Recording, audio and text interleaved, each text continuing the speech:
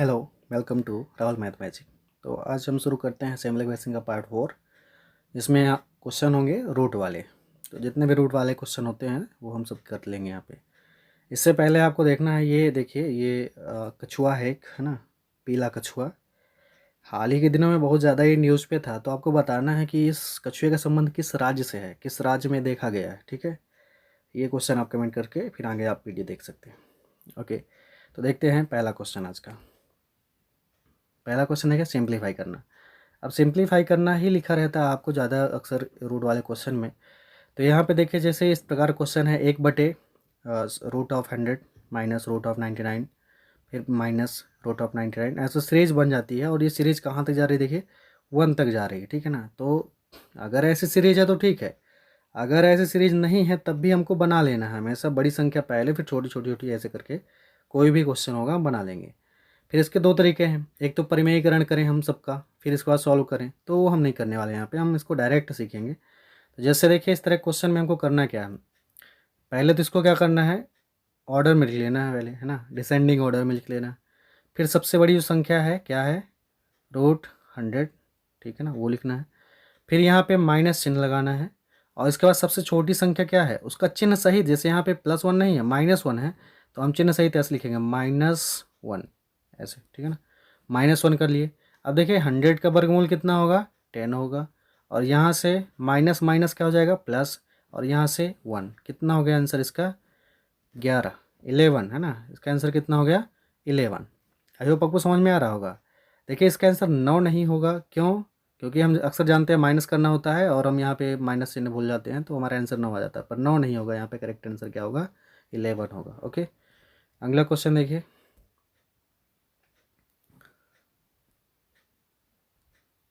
देखिए यहाँ पे इसी प्रकार से क्रम इसका बना हुआ है, 9 8, फिर 8 7, फिर 7 6 6 5। तो जब क्रम बना है तो फिर क्वेश्चन आसान हो गया हमारे लिए।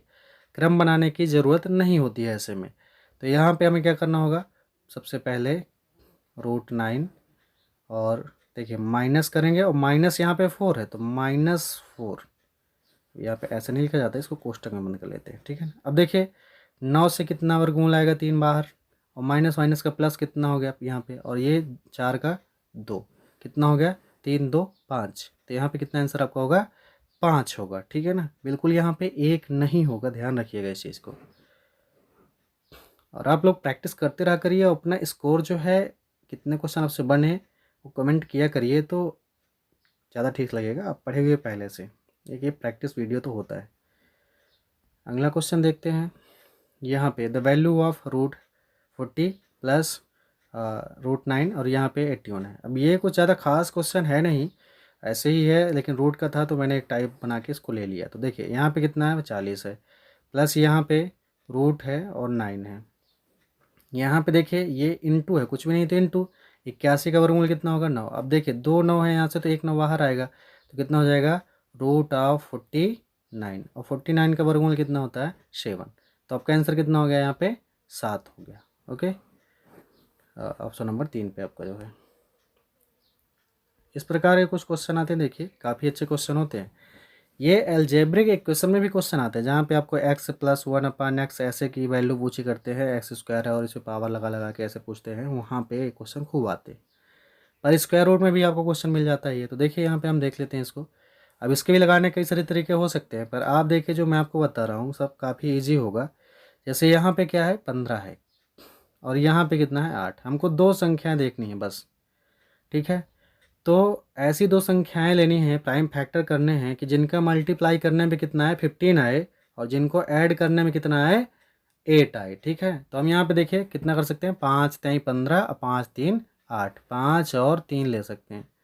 फिर इसके बाद आपको क्या करना है, इनके ऊपर लगा देना है रूट। ठीक है, इनके ऊपर रूट लगा देना, अपने से ही काम करना है। पहले प्राइम फैक्टर ऐसे बनाने हैं, जो रूट के अंदर है ये 2 के बाद उसका क्या है, इंटू हो जाए, तो उतना हो जाए, और दोनों को जोड़ने पे कितना है, 8 है। फिर देखना है यहाँ पे बीच में चिन्ह कौन सा है, माइनस, तो हम भी यहाँ माइनस लगा लेंगे। तो कितना हो गया, 5 माइनस √5 माइनस √3। ठीक है, आपका तीसरा ऑप्शन बिल्कुल करेक्ट हो जाएगा। आई होप आपको समझ में आ रहा होगा। ये कुछ नहीं, एक फॉर्मूला होता है, A² + B² - 2AB, है ना, कुछ उसी को हम एडजस्ट करके डायरेक्ट ट्रिक बना देते हैं। फिर अगला क्वेश्चन देखिए। अब देखिए यहाँ पे कुछ संख्याएं भी आपको ऊपर दे दी गई हैं, तो इससे हम कन्फ्यूज जाते हैं कि ये क्वेश्चन काफ़ी बड़ा हो गया और हमसे नहीं बन पाएगा, तरह तरह की बातें दिमाग में आती हैं। पर ऐसा कुछ भी नहीं है। आपको देखिए यहाँ पे देखना क्या है कि 5 और 3 के बीच में डिफरेंस कितना है, 2, और वो 2 लिखा हुआ है ऊपर। यहाँ पे 6 3 का 3 डिफरेंस है और ऊपर 3 लिखा है, यहाँ पे 6 5 का 1 डिफरेंस है और ऊपर लिखा है। वो डिफरेंस अगर ऊपर लिखा हुआ है तो हमें कुछ नहीं करना, नीचे देखना कि ये सब डिसेंडिंग ऑर्डर में है कि नहीं है, ठीक है ना। तो ऐसे में देखिए 5 3 फिर 6 3 फिर 6 5, ठीक है।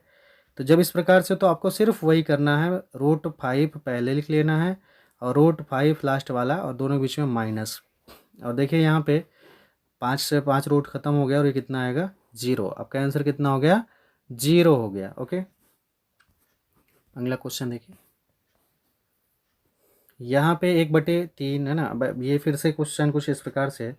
अब यहाँ पे देखिए आप कहेंगे कि 3 इधर है और 2 इधर है, तो ठीक है, ऑर्डर तो आपका कंप्लीट ही है, बिल्कुल कंप्लीट है।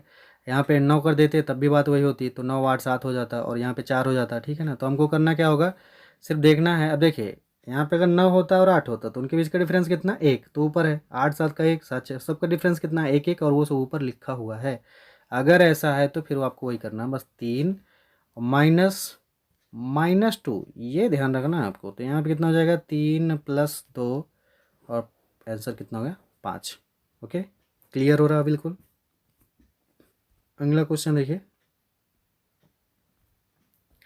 अब यहाँ पे भी इसी प्रकार से है, 1/करके आपको दिया गया है, और 3 4 4 5 5 6 6 7 7 8 8 9।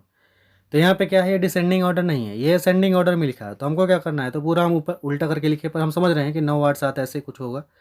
तो हम क्या करेंगे, अब पहले √9 लिखेंगे, फिर माइनस लगाएंगे। अब देखिए यहाँ पे तो क्या माइनस का नहीं है, प्लस का है, तो यहाँ पे क्या लिखेंगे, 3, और यहाँ पे आपका 9 से बाहर आ जाएगा कितना, 3, और -√3, ठीक है ना। तो आप इस प्रकार से इसको लिख सकते हैं।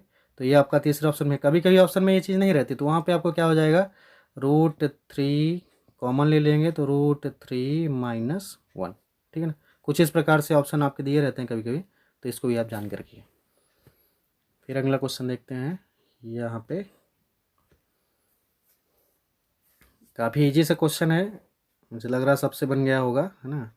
यहाँ पे 3 3 3 3 रूट और डॉट डॉट डॉट डॉट आने का मतलब ये है कि इनफाइनाइट टाइम ऐसे आ रहा है। तो ऐसे में आपको हमने बताया हुआ है, एक तो आप जो 8th में आप पढ़ते हैं x = मान के फिर उसका वर्ग करते हैं, भार्ग करते हैं, रूट हटाते हैं, फिर वो कई प्रकार से सॉल्व करके करते हैं, वो यहाँ पे हम नहीं करने वाले। आपको सिर्फ इतना समझ के रखना है, कोई भी संख्या रूट पे आ रही हो, बार बार वही संख्या रिपीट हो रही है इनफाइनाइट टाइम, और उनके बीच में क्या है, इनटू का चिन्ह हो। देखिए √3 के बीच में क्या है, इनटू है। तो ऐसे में आपका आंसर कितना होता है, 3 होता है। जो संख्या भीतर लिखी हुई है रूट के अंदर, वही संख्या आपकी आंसर होती है। आई होप आपको समझ में आ गया होगा। अगला क्वेश्चन, इसका आंसर तो सभी लोग कर देंगे, है ना, कमेंट करिए जल्दी से। तो यहाँ पे देखिए, जब ऐसी संख्या है, अब ये भी इनफाइनाइट टाइम है ना, लेकिन यहाँ पे देखिए 12 12 12 आ रहा, प्लस लगा हुआ है, यहाँ पे इंटू तो है नहीं। जब प्लस लगा हुआ हो तो आपको करना क्या है, 12 को लिख लेना पहले, और 12 के ऐसे प्राइम फैक्टर करने हैं, अभाज्य गुणनखंड करने हैं, जिनका गुणा करने पे कितना है, 12, और जिनके बीच का अंतर कितना हो, 1। ऐसे हम करेंगे तो क्या होगा, 4 3, 4 3 12, 4 में 3 माइनस करेंगे कितना आएगा, 1। और जब देखेंगे यहाँ प्लस चिन्ह लगा हुआ है, तो हमें क्या करना है, आंसर बड़ी वाली संख्या, बड़ा वाला प्राइम फैक्टर आंसर करना, मतलब आपका आंसर 4 हो जाएगा। हाँ, यहीं पे अगर माइनस चिन्ह लगा होता हर जगह, तो फिर छोटी वाली संख्या आपकी आंसर हो जाती। ओके, समझ रहे हैं ना, बिल्कुल। अगला क्वेश्चन देखिए, काफ़ी अच्छा क्वेश्चन है, और मैं समझता हूँ कि ये क्वेश्चन आप लोग कर लेंगे कि नहीं।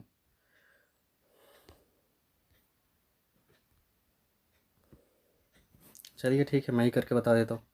अब देखिए यहाँ पे इस तरह क्वेश्चन हमने अभी पीछे किया, 8 माइनस वाला, ठीक है ना।